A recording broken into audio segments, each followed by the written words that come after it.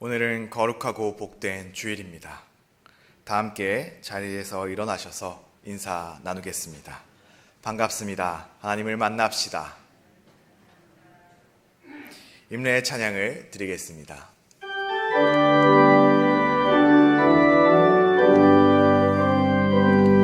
모든 영광을 하나님께, 모든 영광을 하나님께, 온 마음과 뜻 다해 주 사모합니다. 모든 영광을 하나님께. 예수님 찬양 받으소서. 예수님 찬양 받으소서. 죄 사할 때 우리 위해 성령 주셨네. 예수님 찬양 받으소서.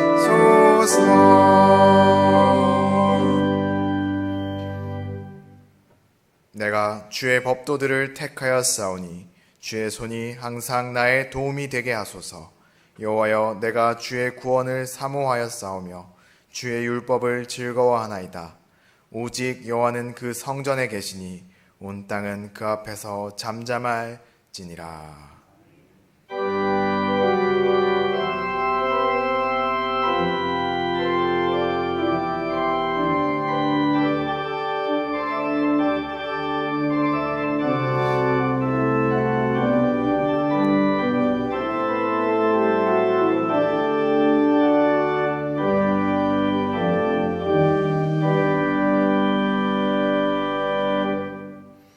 거룩하시고 자비로우신 하나님, 한 주 동안 우리를 주의 전능하신 손으로 붙드시고 인도하셨다가 오늘 거룩한 주님의 날을 허락하심에 감사를 드립니다. 이 시간 우리의 왕이신 하나님 앞에 겸손한 마음으로 나아가오니 우리의 예배를 기쁘게 받아 주시옵소서. 신령과 진정으로 드리는 이 예배를 통하여 주께서 주시는 참 소망과 위로가 심령에 가득하게 하옵소서. 우리 주님 예수 그리스도의 이름으로 기원하옵나이다. 아멘.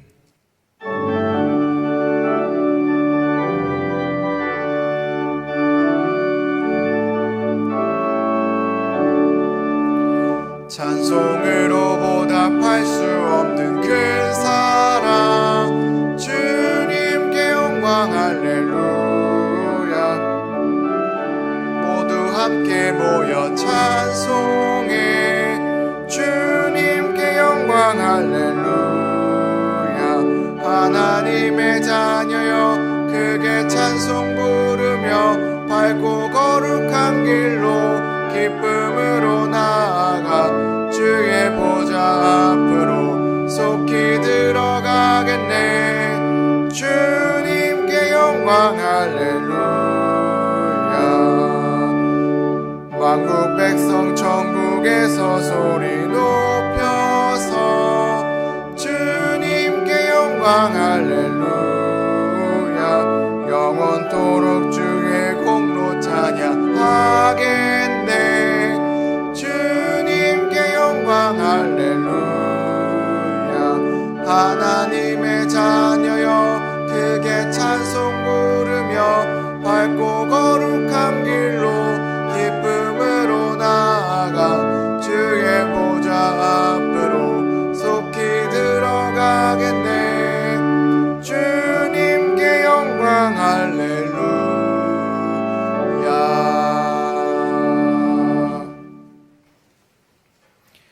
지존자의 은밀한 곳에 거주하며 나는 여호와를 향하여 말하기를 그는 나의 피난처요 나의 요새요 내가 의뢰하는 하나님이라 하리니.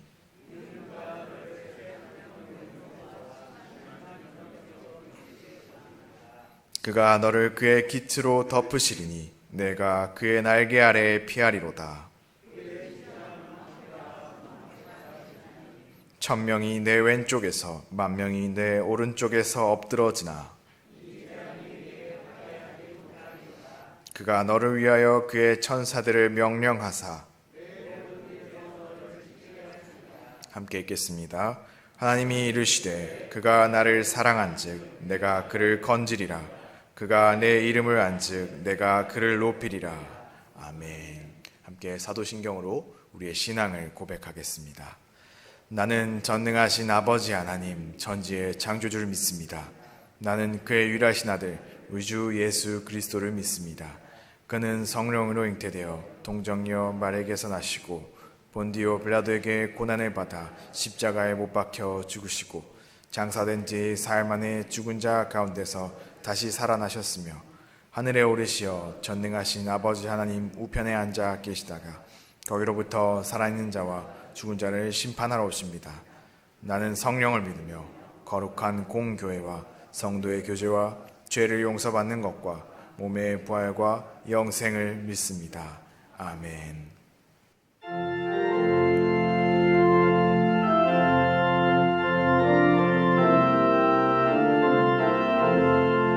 주의 말씀 받은 그날 참 기쁘고 복되도다.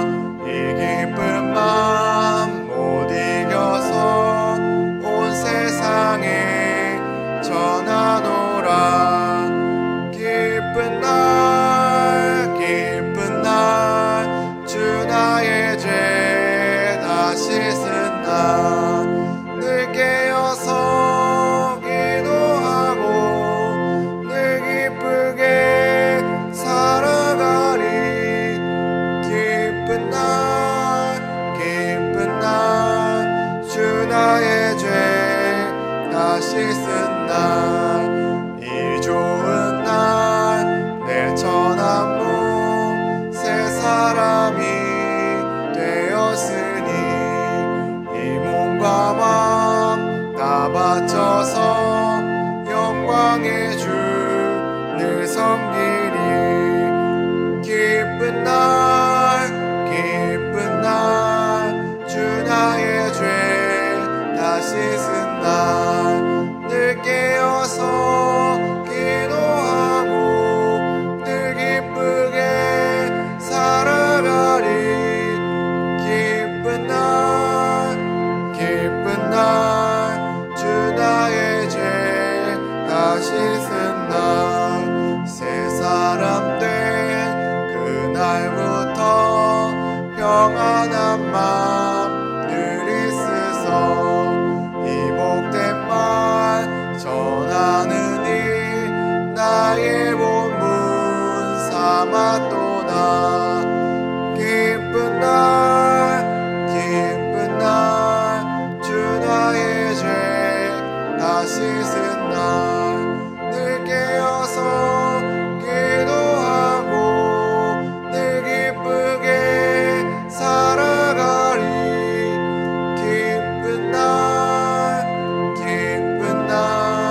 주 나의 죄 다 씻은 날.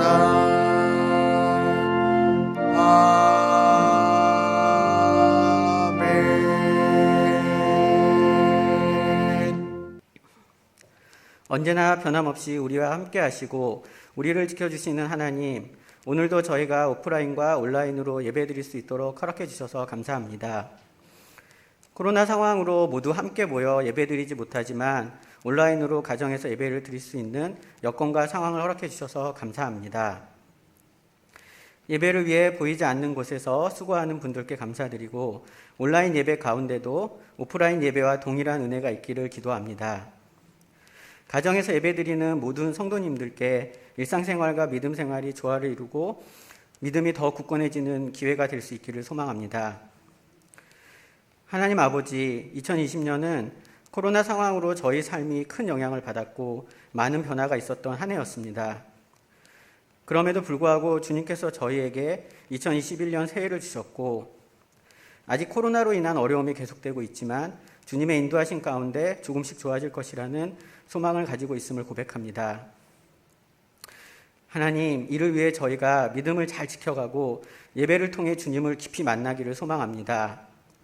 오늘 예배에서 저희가 부르는 찬양을 통해 지친 마음이 위로받게 하시고 목사님의 말씀을 통해 새 힘을 얻고 주님을 따르겠다는 믿음의 결단을 할 수 있기를 기도합니다. 이 시간 성도님들 가정을 위해 중보 기도합니다. 가족의 건강을 위해 기도하는 가정에는 하나님께서 치유의 응답을 주시고, 자녀의 입시와 진로 및 학업을 위해 기도하는 가정에는 하나님의 인도하심이 있기를 간절히 기도합니다. 하나님, 유아유치부 어린 친구들부터 유초소 중고등부와 청년부에 이르기까지 저희 교회 모든 주일학교 친구들을 기억하여 주시고 주님 안에서 믿음으로 자라도록 인도하여 주십시오. 이를 위해 보이지 않는 곳에서 수고하시는 선생님들과 교육자님들을 위해 기도합니다.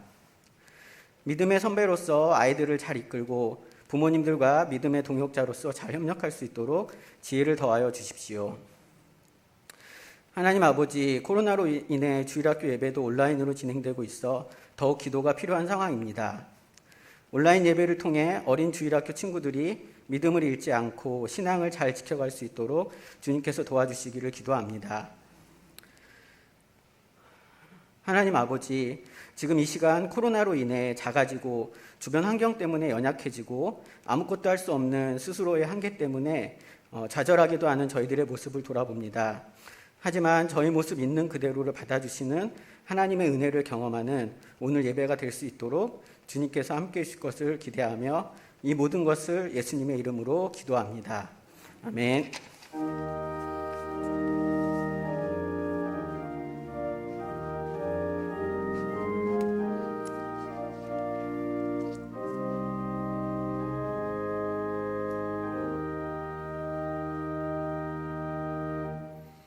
오늘 이 예배 가운데 하나님께서 우리에게 주신 말씀은 마태복음 14장 13에서 21절까지의 말씀입니다. 하나님의 말씀입니다. 경청하여 주십시오. 예수께서 들으시고 배를 타고 떠나사 따로 빈들에 가시니 무리가 듣고 여러 고을로부터 걸어서 따라간지라. 예수께서 나오사 큰 무리를 보시고 불쌍히 여기사 그 중에 있는 병자를 고쳐 주시니라. 저녁이 되매 제자들이 나와 이르되 이곳은 빈들이요 때도 이미 저물었으니 무리를 보내어 마을에 들어가 먹을 것을 사 먹게 하소서. 예수께서 이르시되 갈 것 없다. 너희가 먹을 것을 주라. 제자들이 이르되 여기 우리에게 있는 것은 떡 5개와 물고기 2마리 뿐이나이다. 이르시되 그것을 내게 가져오라 하시고 무리를 명하여 잔디 위에 앉으시고 떡 5개와 물고기 2마리를 가지사 하늘을 우러러 축사하시고 떡을 떼어 제자들에게 주시매 제자들이 무리에게 주니 다 배불리 먹고 남은 조각을 12바구니에 차게 거두었으며 먹은 사람은 여자와 어린이 외에 5,000명이나 되었더라. 아멘. 로뎀 중창단의 중찬이 있겠습니다. 이후에 담임 목사님 나오셔서 말씀 선포해 주시겠습니다.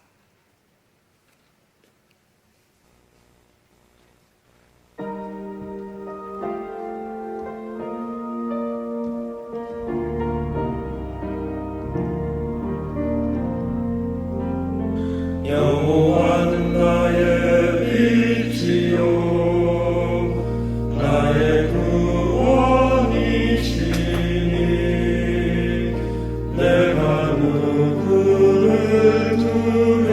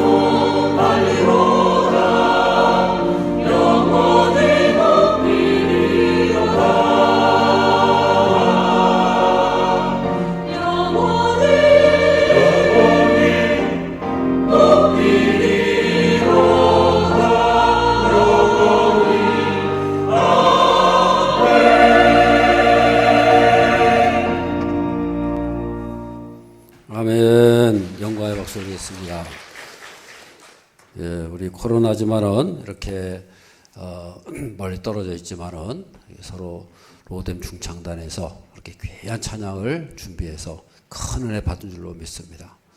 우리가 보기에는 저렇게 간단해 보여도요, 저렇게 하려면요 얼마나 전부 다 연습해야 되고 편집해야 되고요, 보통 문제가 아니에요. 다 이것을 이렇게 잘 준비해서 큰 영광 돌린 줄로 믿습니다.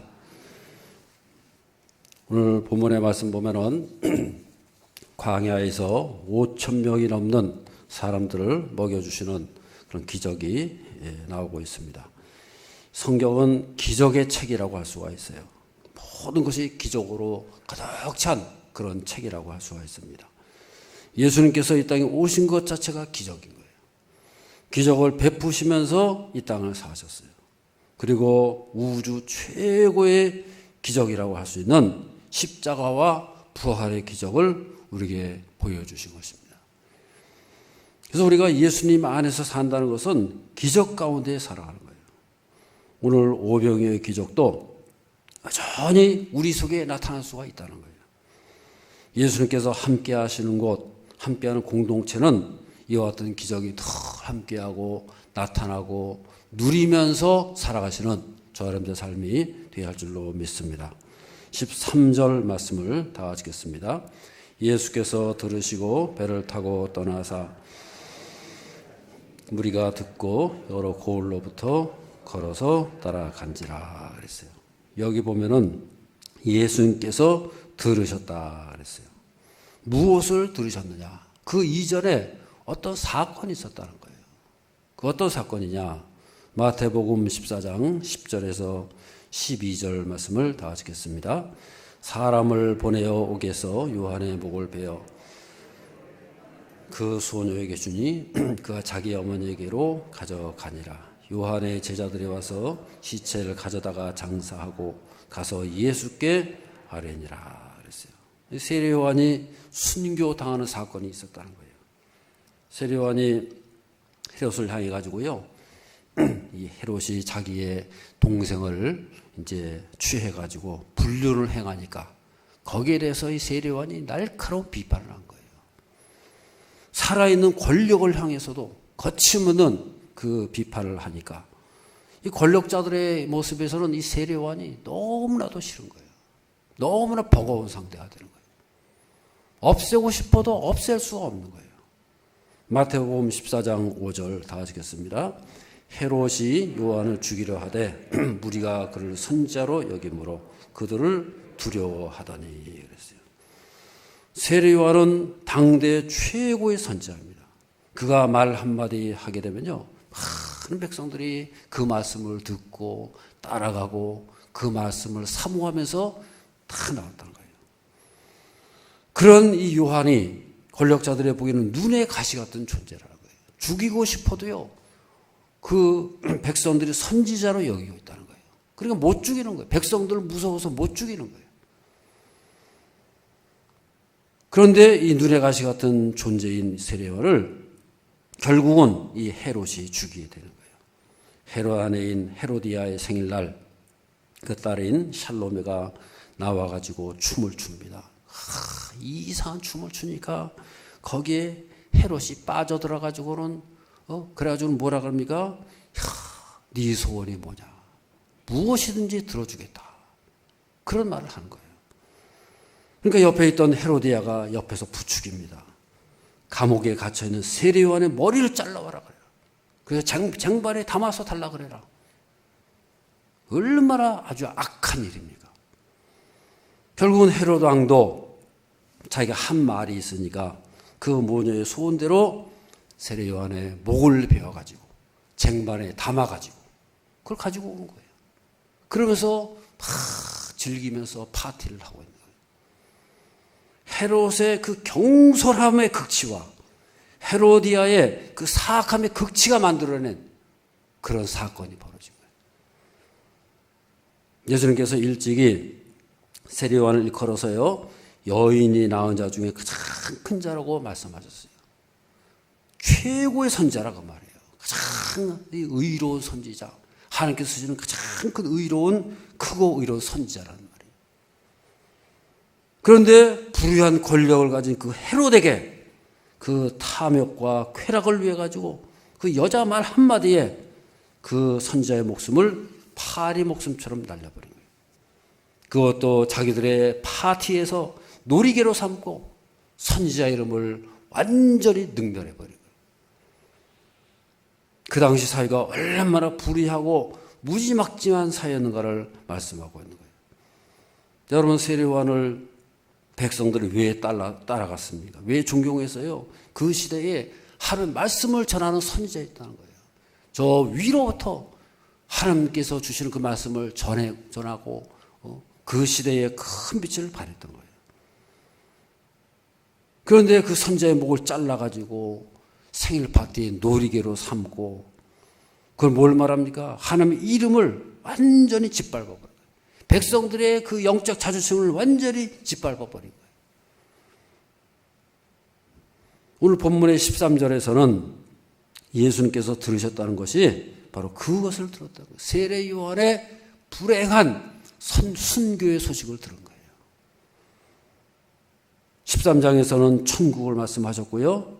14장에서는 이 땅의 암울한 모습을 말씀하고 있어요. 그 소식을 들은 예수님께서는 어떻게 하셨느냐? 배를 타고 떠나서 빈들에 가셨다 그랬어요. 그러니까 여러 마을에서 무리들이 예수님을 따라왔다 그랬어요. 당대 최고의 선지자인 세례요한이 비참하게 죽고 나니까 여러분 어떻게 했어요? 그 사회가 흉흉하고 불안하고 세상이 어떻게 이렇게 될까? 그 하나님께서 쓰시는 선지자를 그냥 단칼에 쳐가지고 그런 말이에요. 자기들의 놀이기로 삼고 어떻게 세상에 이런 일이 있을 수가 있느냐 그 말이에요. 그러면서 사람들의 마음이 얼마나 흉흉하고 두렵고 한탄스럽지 않겠어요. 14절 말씀을 다 찍겠습니다. 예수께서 나오사 큰 무리를 보시고 불쌍히 여기사 병자를 고쳐주시니라. 그들을 보시고 불쌍히 여기셨다는 거예요. 그리고 병자들을 고쳐주셨다는 거예요. 헤롯의 그 가증한 행위는 이 세상의 불행과 저주를 대표하고 있는 거예요. 그 현실 속에서 무기력하게 살아가고 있는 백성들을 향해 가지고 예수님께서 무엇을 보여주실 수가 있느냐? 하나님의 선지자가 감옥에서 너무나도 허무하게 죽어가는 그런 현실 속에서 예수님을 따라온 무리들을 보시면서 예수는 무엇을 말씀해 주셨느냐? 세상을 보면 도무지 답이 없어요. 15절 말씀을 다 같이 읽겠습니다. 저녁이 되매 이곳은 빈들이요 때도 이미 저물었으니 무리를 보내어 마을에 들어가 먹을 것을 사 먹게 하소서. 예수님께서 하신 일이 뭐예요? 백성들을 이끌고 오신 거예요. 초대하신 거예요. 저 빈들이 뭐예요? 광야. 광야로 이 백성들을 초청하신 거예요. 그리고 거기서 놀라운 기적을 행하시고 그 백성들을 위로하고 계시는 거예요. 예수님께서 기적을 베푸신 목적이 뭐냐? 딴 게 아니에요. 천국을 보여주시는 거예요. 13장에 보면은 예수님께서는요, 여러 가지 비유를 통해 가지고 천국을 가르쳐 주고 있어요. 천국은 이러이러한 나라다. 여러분, 천국을 어떻게 알아요? 예수님께서 다 말씀해 줘도 모른다는 거예요. 그래서 예수님께서 쉽게 풀어가지고 아주 알기 쉽게 어린아이도 알아들을 수 있을 정도로 그렇게 쉽게 풀어가지고 비유로 말씀하셨다는 거예요. 천국을 말씀하셨어요. 그런데 여러분 알겠어요? 천국은 예수님께서 그렇다고 그러니까 대충은 알 수가 있을 거예요. 그런데 문제는 뭐냐? 14장에서는 그런 기적을 행하시는 거예요. 다시 말해서 기적을 통해 가지고 천국을 보여주고 계신다는 거예요. 그런데 천국이 언제 보여져요? 예수님께서 천국을 아무리 보여줘도요, 그 천국을 필요로 하지 않으면 아무 소용없는 거예요. 여러분 생각해 보세요. 예수님께서 이것이 천국이다 아무리 보여주고 느끼게 해주고 그렇게 해주는데도 난 천국 필요 없어. 천국을 보여주는데도 난 천국 필요 없어. 그럼 끝나는 거죠. 천국을 아무리 보여주면 뭐합니까? 천국이 필요 없다는데. 지금 예수님을 따라온 무리들은 어떤 상태에 있어요? 너무나도 갈급한 상태에 있는 거예요. 어떤 상태입니까? 이 세상을 보면은 하나님의 선지자가 감옥에 갇힌 것도 큰 사건인데 그것도 모자라 가지고 목이 잘려버린 거예요. 감옥에 갇힌 것만 해도 큰 사건인데 그것도 모자라 가지고 감옥에 있는 선지자의 목을 잘라 가지고 쟁반에 담아 가지고 그것을 파티장에 놀이기로 삼았다. 얼마나 잘못된 사건이에요. 하나님의 이름이 누욕을 당합니다. 하나님의 살아계심이 도무지 보여지질 않는 거예요. 그런 세상 속에서 필요한 것이 과연 무엇이겠냐가 말이에요. 그래서 예수님께서는 뭐예요? 하나님의 나라를 보여주고 계신 거예요. 13장에서는 비유로 말씀하신 하나님 나라를 이제는 눈으로 보여주고 실제로 맛을 보게 만드시는 거예요. 과거 믿음의 조상들, 이스라엘 백성들의 조상들이 광야에서 경험했던 하나님 나라가 있지 않습니까? 그게 바로 40년 광야 기간 동안. 출애굽을 하고 나서 가나안 땅에 들어가기 전에 하나님께서 보여주시는 이 광야의 사건은요, 그게 바로 천국의 사건이 되는 거예요. 40년 동안 하나님께서 늘 함께 하셔가지고 이스라엘 백성들 가운데 행하셔가지고 만나와 메추라기를 매일매일 먹여주십니다. 구름기둥 불기둥으로 다 덮어주시고 안전하게 해주시고 늘 돌봐주시는 거예요. 그렇게 해서 40년 동안을 하나님께서 날마다 보여주시고 증거해 주시고 함께 하심으로 해가지고 그게 바로 천국의 모습 아닙니까? 천국이 달래 천국입니까? 하나님께서 함께 하시는 곳이 바로 천국인 것을 믿으시기를 바랍니다. 할렐루야. 그 광야 40년은 천국이에요. 천국이요. 광야에서도 천국이 이루어질 수 있다는 거예요. 오늘 본문에서는 바로 그러한 기적을 보여주고 있는 거예요. 먹을 것도 없고 민가도 없고 식당도 없고 한마디로 진퇴양난. 그리고 무엇보다도 백성들의 마음이 텅 비어 있어요. 아무런 소망도 기쁨도 없는 텅 빈 광야의 마음이 아니겠어요. 세상을 바라보면은 아무런 소망이 없어요. 죄와 어둠을 가득 차가지고 사탄의 하수인들이 선지자의 목을 잘라가지고 농락을 하고 하나님의 이름을 능멸을 하고 짓밟지 않습니까?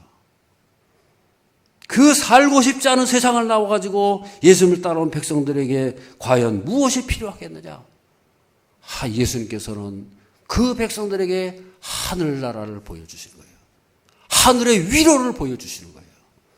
여기에 하나님이 계시다.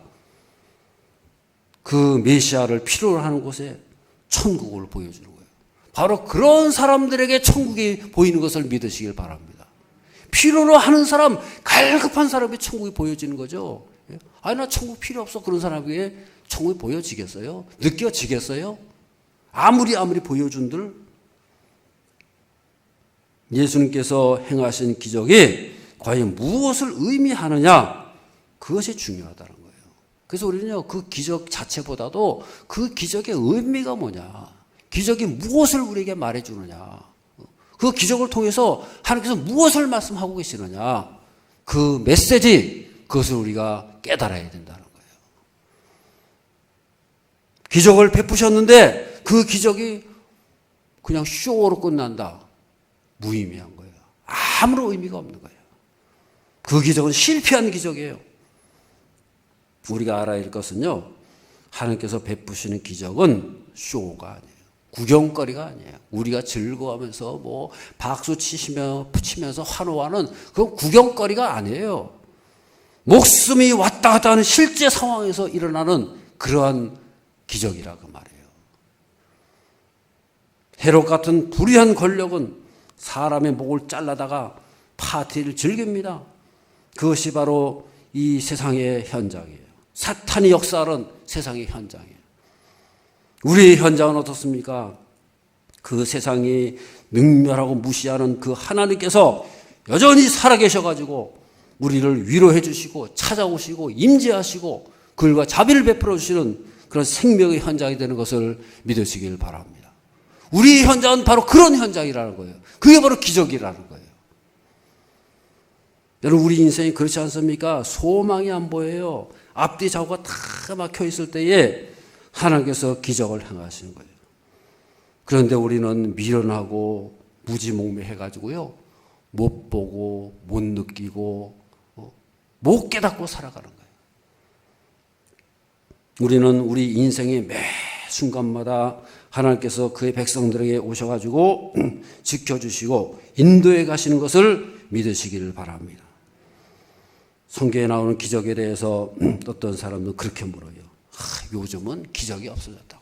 성경에 나오는 기적 그거 다 그냥 옛날 얘기고 그냥 과거에 그냥 괜히 지어낸 얘기일 것 같고 요새는 그 기적이 없어졌다고 그렇게 판단하는 사람도 있어요. 과연 그렇습니까, 여러분? 왜 요새는 홍해가 갈라지는 그 하나님의 역사를 볼 수가 없느냐? 대답은 간단합니다, 여러분. 그럴 필요가 없기 때문에 없는 거예요. 할렐루야. 하나님께서 그럴 필요가 없으니까 안 일으키시는 거예요. 광야에서 저 이스라엘 백성들처럼 하나님께서 구름 기둥으로 불 기둥으로 인도해 주시면 얼마나 좋을까? 그런데 여러분, 우리가요 그것을 알아야 돼요. 우리가 구름 기둥 불 기둥을 체험하기 원한다면은 우리의 현실이 그 광야가 돼야 되는 거예요. 그 광야 같은 인생, 그 현실이 그렇게 되어야 그리로 돌아가야 그런 기적이 나올 수 있는 거죠. 성경의 기적은 가상현실이 아니에요. 그 현실 속에서 일어난 살아있는 사건이란 거예요. 광야라는 게 뭘 말합니까, 여러분? 먹을 것도 없고 입을 것도 없고 지금처럼 무슨 전기도 없어요. 화장실도 없어요. 예? 아무것도 없어요.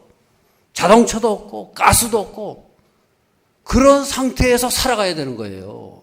그게 광야인 겁니다. 내버려 두면 죽을 수밖에 없는 상태가 바로 광야의 삶인 거예요. 예수님께서는 오늘 기적을 통해서 그 광야 속에서의 기적을 우리에게 말해주고 있는 거예요.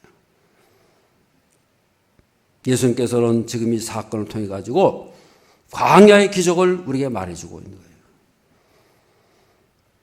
사탄이 광야에서 예수를 만나가지고 유혹을 하지 않습니까? 예수님께서 40일 금식을 하시고 굶주려 있어요. 그러니까 사탄이 그럽니다. 돌로 떡을 만들어 먹어라. 그렇게 유혹하지 않습니까? 예수님께서 이런 제안에 거절했어요. 왜 그렇습니까? 그런 기적은 필요 없다는 거예요. 예수님은 기적만 행하는 분이 아니에요. 기적을 남발하지 않으세요. 가장 필요할 때 기적을 주시는 거예요. 할렐루야. 예수님께서 십자가에 달려가지고 계실 때에 사람들이 조롱하잖아요. 한번 뛰어내려봐라. 초능력을 발휘해가지고 그 십자가에서 한번 뛰어내리면 우리가 메시아로 인정해 주겠다. 그렇게 말하잖아요. 예수님께서 꿈쩍도 안 하세요. 만약에 예수님께서 십자가에 탁 뛰어내리시면 어떻게 됐을까요? 사람들이 환호를 하고 박수를 쳤을 거예요. 초능력을 가진 슈퍼인간이다.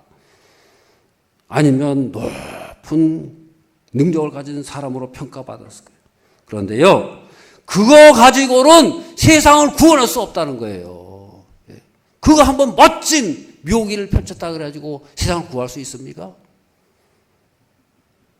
예수님께서 보여주시고자 하는 것은 깜짝 쇼가 아니에요. 그보다도 1000만 배 위대한 누구도 상상 못할 엄청난 기적, 우주에서 한 번 있을까 말까 한 번밖에 없는 그런 기적을 보여주셨잖아요. 바로 십자가와 부활의 사건을 보여주신 것을 믿으시길 바랍니다. 그것을 보여주시기 원하는 거지 그 조그만 기적들 깜짝 쇼하는 그런 기적이 아니에요. 그래서 기적은요, 하나님이 판단하는 것이지 우리의 판단대로 되는 게 아니에요. 여러분, 우리가 열심히 진퇴양난 힘들고 어려운 상황에서 기도했는데 아직 기적이 일어나지 않았습니까? 그러면 기다리세요. 아직 때가 안 된 거예요. 저를 따르면 하나님은 최고를 주십니다. 가장 좋은 거, 가장 필요한 거, 최고를 주시기를 원하는 거지, 조그만 거, 그냥 뭐 간단한 거, 그런 거 주신 게 아니에요. 우리 교단의 총회장도 하시고요. 저 서울 을지로에 있는 충무교회를 담임하시던 박종열 목사님이라는 분이 계세요. 이분이 설교집에서 그런 간증을 하는 것을 제가 봤어요.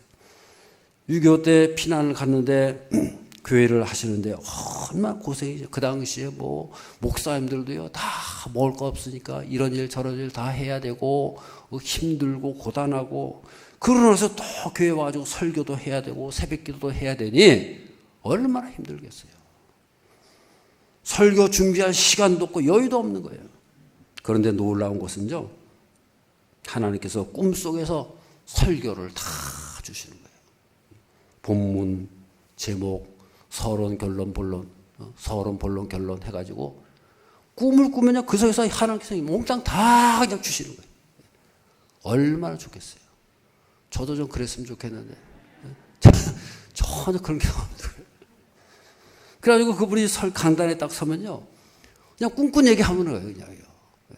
서론, 본론, 결론 참 모두 은혜 받고 하나님 주신 설교니 얼마나 큰 은혜가 되겠어요.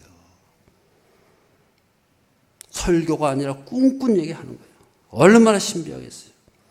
그런데 놀라운 것은 뭐냐면요, 수복이 돼가지고 서울로 올라왔어요. 그래서 여전히 목사님은 꿈꾸면서 그 설교 들으려고 그랬는데 꿈이 꿔지질 않는 거예요. 야, 희한하다. 부산에 있을 때는 그렇게 꿈이 다음에 꿈이 나타나가지고 하나님께서 몽땅 다 주셨는데 서울에 딱 올라와서 보니까는 꿈이 없어진 거예요. 아무리 뭐 꿈 달라고 기도를 하는데도 꿈이 꿔지질 않는 거예요. 그래서 그래서 깨달은 게 뭐냐? 하나님께서 말씀하시는 거예요. 이제는 네가 시간도 되고 능력도 되고 여유가 있으니까 네가 준비하라는 거예요. 네가 설교하라는 거예요. 그동안 네가 힘들어가지고 아무것도 할 수 없었으니까 하나님께서 친히 주셨는데 이제는 네가 해라. 여러분, 뭘 말합니까? 꿈을 꿔야만이 기적이 아니에요. 하나님께서는 그 이상의 더 좋은 환경도 주시고 사람을 보내시기도 하고 더 좋은 것을 주신 것을 믿으시기를 바랍니다. 여러분, 꿈으로 나타야지만이 기적이 아니에요. 건전한 믿음으로 하나님께서 주시는 기적을 우리는 순간순간 누리기를 원하시는 거예요. 할렐루야. 하나님께서는 꿈뿐만이 아니라 우리에게 더 좋은 환경과 여건을 주셔가지고 그걸 누리게 하시고 그 속에서 하나님의 살아계심을 보면서 살아갈 수 있는 저 사람들의 삶이 되어야 할 줄로 믿습니다. 그 모든 것이 하나님의 기적인 것을 믿어야 돼요. 꿈으로만 주셔야 이 기적입니까, 여러분? 그보다 더 좋은 환경도 주시고 능력도 주시고 지혜도 주셔가지고 내가 만족하고 인정해야 기적이 아니에요. 저를 따르면 하나님이 행하시면 그것이 기적입니다. 우리가 그냥 희한하고 무슨 뭐 기가 막힌 뭐가 있어야지만 기적인가요? 아니에요. 하나님께서 필요한 모든 것을 알고 계시고 주시고 행하시고 돌보시고 풍성하게 채우시면 그게 바로 기적인 거죠. 여호수아서 17장 17절 18절 다 같이 보겠습니다. 다시 요셉의 족속 곧 에브라임과 므낫세에게 말하여 이르되 큰 권능이 있은즉 한 분깃만 가질 것이 아니라 그 산지도 내 것이 되리니 비록 삼림이라도 내가 개척하라 그 끝까지 내 것이 되리라. 가나안 족속이 비록 철병거를 가졌고 강할지라도 내가 능히 그를 쫓아내리라 하였더라. 이 말씀은 제가 송구영신 예배 때 드린 말씀이에요. 여기 보면은 여호수아가 가나안을 정복하고 나서 모든 지파에게 땅을 분배하지 않습니까? 그러니까 요셉 지파가 그러는 거예요. 우리는 말이지 인구가 다른 지파보다 갑절이라 많은데 어떻게 또 땅을 똑같이 주냐고. 우린 땅 더 필요하고 더 달라고. 막 그렇게 우기는 거예요. 우린 더 필요하다. 우린 더 많은 것을 달라 그러는 거예요. 그러니까 여호수아가 그런 거예요. 아니다. 너희가 직접 개척해라. 너희가 직접 정복해라 그 말이에요. 왜 그렇습니까? 그동안에 보지 않았느냐? 그동안에 가나안 정복 전쟁을 통해 가지고 엄청난 하나님의 기적과 능력을 너희들이 다 받지 않느냐? 그래서 너희는 이제는 그 기적을 너희가 행하라는 거예요. 너희가 직접 그 하나님과 동행하고 너희가 직접 정복해라는 거예요. 우리가 그것을 알아야 됩니다. 하나님께서는 이미 우리에게 조건과 환경을 통해 가지고 엄청난 기적과 능력을 주신 것을 믿으시기를 바랍니다. 그것을 깨달아야 되는 거예요. 영적인 눈으로 봐야 되는 거예요. 날마다 내 눈을 즐겁게 해주고 내 그 감성을 즐겁게 해줘야지만이 그게 기적이 아닌 거예요. 하나님께서 건강 주셨습니까? 기적이에요. 물질 주셨습니까? 기적이에요. 하나님 향한 열정과 믿음을 주셨습니까? 엄청난 기적인 것을 믿으시길 바랍니다. 우리의 성품이 변했어요. 성격이 변했어요. 기적 중에 기적인 거예요. 할렐루야. 하나님께서 행하시고 보여주신 거 그 모든 기적인 거고 우린 그것을 날마다 감사하고 기뻐하고 누리면서 살아갈 수 있는 저 여러분의 삶이 되어야 할 줄로 믿습니다. 하나님께서 우리 목자가 되셔가지고 가장 좋은 곳을 푸른 초장으로 맑은 시냇 물가로 인도해 주시는데 우리가 그것을 판단하고 우리가 걷어내고 우리가 잘라내고 우리가 회방하고 내가 걸림돌이 되는 거예요. 하나님께서 이 좋은 것을 주시는데 내가 그거 다 잘라는 거예요. 아, 이거 내 마음에 안 든다고. 아, 이거 틀렸다. 옆에 분들에게 축복해. 예수님이 목자 되셔서 기적을 행하십니다. 할렐루야. 또 한 가지 우리 알아야 할 것은 뭐냐면요. 순종할 때 기적이 나타난다는 거예요. 19절 말씀을 다 같이겠습니다. 무리를 명하여 잔디 위에 앉히시고 떡 5개와 넣을 때어 제자들에게 주시며 제자들이 무리에게 주니 그랬어요. 제자들이 순종하니까 놀라운 기적이 나타나는 거예요. 예수님께서 명하신 대로 순종했어요.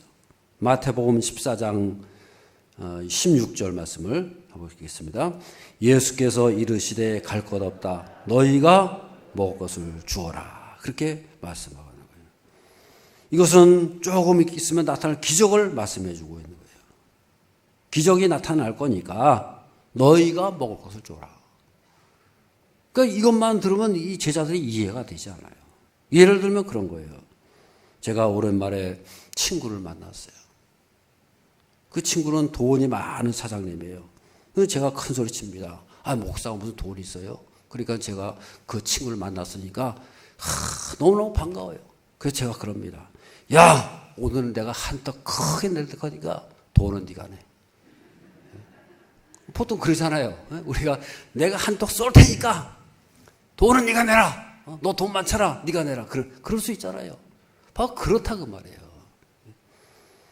예수님께서 같은 말씀하세요. 돈은 내가 낼 테니까 주는 건 너희가 줘라. 기적은 내가 행할 거니까 주는 건 너희가 줘라. 너희가 주라는 거예요. 나머지는 내가 알아서 할 테니까 그걸 말씀하고 있는 거예요. 기적은 예수님이 베푸시니까 너희는 주기만 하면 된다는 거예요.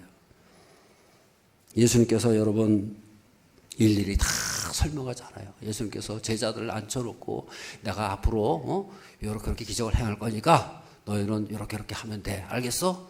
그렇게 자세하게 말씀하고 그러지 않아요. 예수님이요 선포하시는 거예요. 예수님 명령하시는 거예요. 나눠줘라. 그럼 순종만 하면 되는 거예요. 할렐루야. 나머지는 예수님께서 다 알아서 하시는 거예요. 예수님께서는요 하나님 나라를 그대로 선포하는 거예요. 명령하시는 거예요. 설명하고 알아달라고 그러고 해명하는 게 아니에요. 그대로 명령하시는 거예요. 기정사실화 시키는 거예요. 예수님만이 그렇게 하실 수가 있다는 거예요. 왜 그렇습니까? 저를 다 그분이 하나님 나라다. 그분이 하나님 나라의 주인공이에요. 그분이 보여주면 되는 거예요. 그분이 하면 되는 거예요. 그분이 곧 하나님 나라라는 거예요. 제자들은 이해가 되질 않아요. 그러나 조금 있으면 다 이해가 되는 거예요. 순종하면 다 알게 되고 깨닫게 되고 놀라운 역사 있는 것을 믿으시기를 바랍니다. 19절 말씀을 다시 한번 읽겠습니다. 무리를 명하여 잔디 위에 앉히시고 가지사 하늘을 우러러 축사하시고 떡을 떼어 제자들에게 주시며 제자들이 무리에게 주니. 여기 보면은 예수님께서 제자들에게 주시고 제자들은 무리에게 줬다 그랬어요. 여러분 이 과정을 보세요. 예수님에서 제자들이 무리들에게 이렇게 단계를 거치는 거예요. 예수님께서 직접 주실 수 있지만은 직접 안 주시는 거예요. 중간에 제자도 두셔가지고 한 단계를 거치게 만드시더라는 거예요. 왜 그렇습니까, 여러분? 제자들을 통해서 역사가 나타나는 거예요. 제자들을 기적에 동참하시는 거예요. 내가 기적을 베풀지만은 너희도 같이 동참해라는 거예요. 여러분, 우리는 지금 어느 자리에 있습니까? 광야의 자리에 있습니까? 하나님을 필요로 하는 자리에 있습니까? 그 놀라운 역사가 그 자리에 하나님의 기적이 나타나고 하나님의 능력이 나타나고 권능이 나타나는 자리가 되는 것을 믿으시기를 바랍니다. 그런데 그 기적은요, 우리 눈을 만족시키고 우리 호기심을 만족시켜주는 그런 기적이 아니에요. 그거 가지고 판단하면 안 돼요. 로마서 4장 17절 다 같이 읽겠습니다. 기록된 바 내가 너를 많은 민족의 조상으로 세웠다 하신 것 같으니 그가 믿은 바 하나님은 죽은 자를 살리시며 없는 것을 있는 것으로 부르시는 이시니라 그랬어요. 아브라함은 어떤 하나님이냐? 어떤 하나님을 믿었느냐? 예, 본 그랬어요. 죽은 자를 살리시고 없는 자를 있는 것처럼 부르시는 분이다. 아브라함이 여러분 애를 낳을 수 있습니까? 다 힘들어가지고 사라는 다 끊어지고 도저히 생명이 없어요. 출산할 수가 없어요. 그런데 그 하나님은 어떤 하나님이세요? 죽은 자를 살리시는 분이에요. 하나님이 있다 그러면 있는 거고 없다 그러면 없는 거예요. 하나님이 명령하신 거예요. 여러분 기적이라는 것은 그런 겁니다. 그분이 명령하시면 기적이 되는 것을 믿으시길 바랍니다. 우리는 그것을 믿는 거예요. 우리 광야 같은 인생길이지만은 하나님의 이름을 선포하고 그분의 이름을 고백할 때에 그분께서 명령하시고 행하시고 역사하시는 우리의 삶이 될 줄로 믿습니다. 그것이 바로 기적의 현장이 되는 거예요. 기적의 방법과 기적의 과정이요 다 그분의 손에 맡기세요. 순종하면서 나갈 때에 하나님의 권능이 함께 하시고 그분의 나라가 우리를 통해서 드러나고 선포되어지는 이 나라, 이 삶, 우리의 삶이 될 줄로 믿습니다. 저를 따르면 예수님이 계시면 날마다 기적의 현장이 됩니다. 아멘. 기도하겠습니다. 사랑이 많으신 아버지 하나님, 우리 인생길은 심히 고단하고 곤고하고 길도 없고 소망 없는 이 세상이지만은 하나님의 권능이 우리와 함께 하시고 임재가 나타나게 하시고 하나님만이 우리 소망인 것을 고백하며 나갈 때에 전능하신 하나님께서 우리 가운데 역사하시고 인도하심으로 우리의 모든 인생의 현장이 기적의 현장, 승리의 현장이 되게 하여 주시옵소서. 예수 그리스도 이름으로 기도드리옵나이다. 아멘.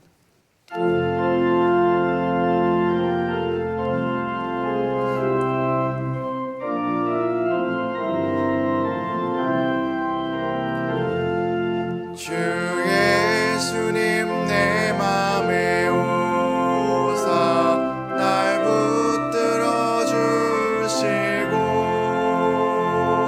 내 마음에 새 힘을 주사 늘 기쁘게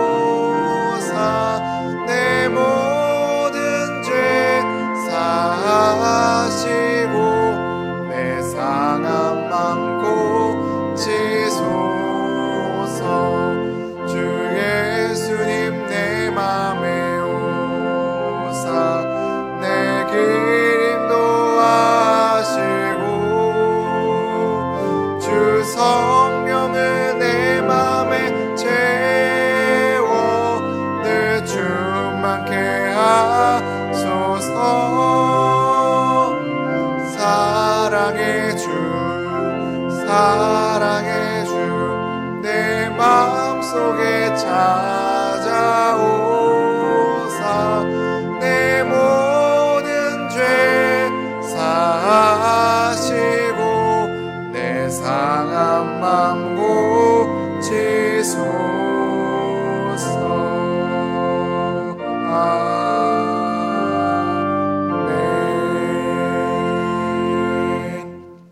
사랑과 은혜가 많으신 아버지 하나님, 오늘도 저희를 사랑하사 은혜의 자리, 또 예배의 자리, 은혜의 보좌 앞에 나오게 하심을 감사를 드립니다. 우리 온 인생길을 볼 때에, 이 험한 세상 바라볼 때에 온갖 환난과 질고와 문제 많고 탈 많은 이 세상 속에서 살지만은 늘 하나님을 바라볼 때에 하나님의 권능의 손길이 함께 하시고, 오늘도 우리 가운데 역사하셔서 주 앞에 나오게 해주심을 감사를 드립니다. 우리의 온 걱정과 염려와 근심과 우리의 연약함과 우리의 문제와 모든 것을, 또 우리 나라 민족 이 세대의 모든 것을 주 앞에 올려드리며 하나님 앞에 나갈 때 하나님께서 모든 길을 열어주시고 인도하시고 하늘의 위로와 사랑으로 함께 하시는 저희들의 삶이 되게 하여 주시옵소서. 주의 나라가 온전히 우리 가운데 보여지며 선포되어지며 그것을 누리며 살아가는 저희 모든 주의 백성들 다 되게 하여 주시옵소서. 이 시간도 주 앞에 온전한 영광을 돌려드립니다. 온 힘을 다해 드린 예물로 주를 기쁘시게 하며 전능하신 주의 손길로 우리를 날마다 새롭게 하시고 모든 평만은 떨어져 나가게 하시고 예수의 권세와 능력으로 날마다 감사와 승리의 삶을 살게 하여 주시옵소서. 우리의 모든 삶의 현장이 기적의 현장 되게 하시고 능력이 나타나게 하시며 하나님의 위로의 손길로 날마다 새롭게 하시고 강건케 하시고 우리의 자녀들은 다 믿음 안에 거하며 이 험한 세상을 향해 거슬러 올라가며 주의 나라 그 나라를 선포하며 승리하며 살게 하여 주시옵소서. 그래야 하나님의 살아계신 역사가 우리를 통해 드러나며 또 우리는 그것을 날마다 기뻐하며 감사하며 살게 하여 주시옵소서. 특별히 여러 가지 문제로 고통당하는 분들도 있습니다. 전능하신 손을 뺏어서 그것을 뛰어넘게 하시고 날마다 하나님의 영광을 드러내며 살게 하여 주시옵소서. 이 나라의 민족 가운데 역사하시기 바랍니다. 이 민족이 힘들고 어려운 가운데 전능하신 하나님께서 붙잡아 주시고 지금까지도 이 역사 가운데 함께 하신 하나님께서 앞날도 주관해 주셔서 세계의 만방에 우뚝 서게 하시고 하나님 나라의 거룩한 백성들로 세워지게 하여 주시옵소서. 오늘도 주 앞에 달려나와 헌신하며 봉사하는 한 분 한 분이 하늘의 상급으로 채우시고 역사하여 주시옵소서. 코로나로 인해서 가정에서 드려지는 예배가 온전히 하나님께 기쁘시게 하고 하나님의 그 모든 삶의 현장, 가정의 현장 곳곳에서 임재하시며 하나님 영광 받아주시며 하나님께서 보살피시는 거룩한 백성들, 가정들이 다 되게 하여 주시옵소서. 코로나도 다 이겨내게 하시고 코로나에서 또 실족하거나 또 낙심하는 사람 없게 하시고 한 사람도 제외되는 사람 없게 하시고 주의 권능의 손길로 붙잡아 주시는 우리 온 교회가 되게 하여 주시옵소서. 예수 그리스도 이름으로 축복하며 기도드리옵나이다. 아멘. 교회 소식을 말씀드리겠습니다. 당회가 오늘 3부 예배 후에 있겠습니다. 2021년도 달력을 아직까지도 많이 남아있는데 우리 구역장들께서는 우리 구역원들에게 전달해 주시길 바라고요. 연말 정산 기분 영수증 신청해 주시기 바라고요. 장례가 있었습니다. 이연숙 집사님, 권영호 성도님 가정에 우리 아버님께서 돌아가셨습니다. 위로해 주시고요. 특수일정 보시면은 주보에 나와 있습니다. 오늘은 로뎀 중창단에서 해주셨는데 아주 참 이렇게 정성껏 아주 잘 준비해 주셔서 감사드리고 큰 은혜 받은 줄로 믿습니다. 이 시간에는 제가 잠깐 말씀드릴게요. 제가 이 편지를 하나 받았어요. 이게 뭐냐면 그 신천지에서 신천지 예수교 증거 장막 성전 요한 지파에서 저한테 이렇게 보냈어요. 제가 얼마나 영광스러운지 모르겠어요. 저한테도 이런 편지가 오더니 몇 번을 저한테 오긴 왔는데 제가 우리 목사님들한테 들어보니까 우리 성도들한테도 이게 온다는 거예요. 전혀 저한테만 오는 줄 알았더니 이게 우리 성도들한테 다 보낸다는 거예요. 그래서 깜짝 놀라가지고 제가 말씀드리는 거예요. 저는 이거 보지도 않아요. 그냥 찢어버려요. 그냥 뜯지도 않고 보지도 않고 그냥 쓰레기통 찢어버려요. 장막 성전 해가지고 이게 주소가 장안구 경수대로 무슨 거기 주소가 있는데 아주 여기는 대놓고 이제 이렇게 선교를 하는 거예요. 전에는요 몰래 숨어서 하던 사람들이 이제는 대놓고 다 선교한답시고 전도한답시고 이런 짓을 하는 거예요. 그러니까 우리 성도들께서는 혹시 이런 게 오면은 하여튼 수상쩍은 편지 같다 하면요 뜻도 보지도 마시고 그냥 다 그냥 찢어가지고 버리세요. 이거 제가 어떻게 도로 보낼 수도 없는 거고 이 사람들 가서 찾아서 무슨 항의할 수 있는 거 아니고 우리는 그저 다 그냥 갖다 버리면 되는 거예요. 아시겠죠? 그렇게 해서 하시면 되겠어요. 그래서 그거를 말씀드리는 거니까 그렇게 아시고 괜히 또 뜯어보고는요 이거 틀렸다 맞다 넘어가지 마시고 그냥 갖다 버리시면 끝나는 거예요. 제일 간단하죠. 2부 이제 라이브로 들으시는데 우리 텔레비전 우리 인터넷을 통해서 다 같이 한번 인사하시기 바랍니다. 우리 가운데 하나님이 함께 하십니다. 승리하시기 바랍니다. 할렐루야.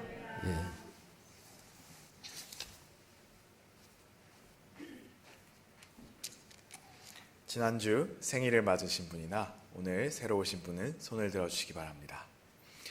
환영의 노래를 부르겠습니다. 사랑해요 축복해요 당신의 마음에 우리의 사랑을 드려요.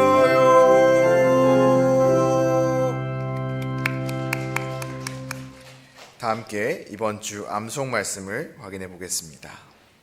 한 사람이면 패하겠거니와 두 사람이면 맞설 수 있나니 세 겹줄은 쉽게 끊어지지 아니하느니라. 전도서 4장 12절 말씀. 아멘. 다 함께 일어나서 마지막 찬양을 부르겠습니다.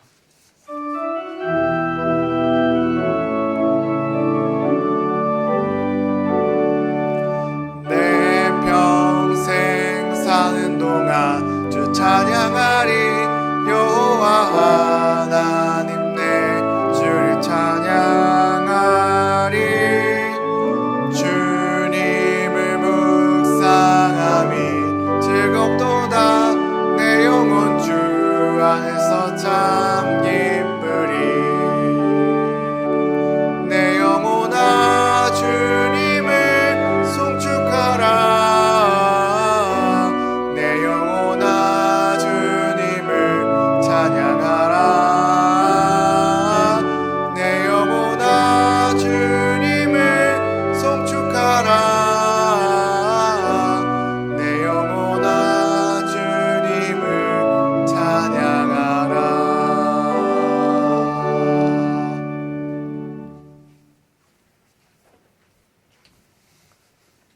우리 인생길 가운데에 늘 임재하시고 찾아오시며 위로하시는 우리 주 예수 그리스도의 크신 은혜와 하나님 아버지의 지극하신 사랑과 성령님의 감화 감동 역사 인도하심이 하나님을 모시고 살아감으로 우리 모든 인생의 현장이 기적의 현장이 되며 승리하며 살기를 원하는 모든 성도들과 그 가정과 자녀손들 가운데에 지금으로부터 영원토록 함께 하시기를 간절히 축원하옵나이다.